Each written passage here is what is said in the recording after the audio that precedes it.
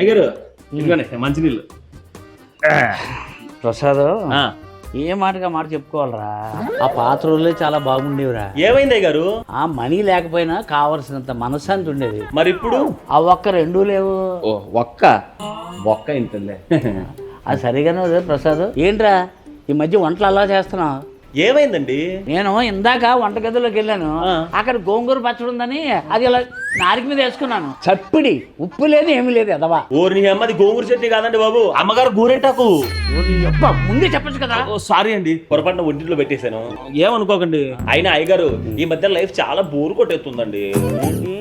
నీకా life bore కొడుతుందా? అవును, అందుకే ఆ దేవుణ్ణి, దేవుడా నాకు కొంచెం కష్టాలు ఇవ్వు, దేవుడా నాకు కొంచెం కన్నీళ్ళు ఇవ్వు, దేవుడా నాకు కొంచెం టార్చర్ ఇవ్వు, కొన్ని ఇబ్బందులు ఇవ్వు, కొన్ని నష్టాలు ఇవ్వు అని వేడుకుంటున్నానండి. ఇన్ని అడుక్కునే బదులు పెళ్ళం కావాలని అడిగితే సరిపోయేది కదా.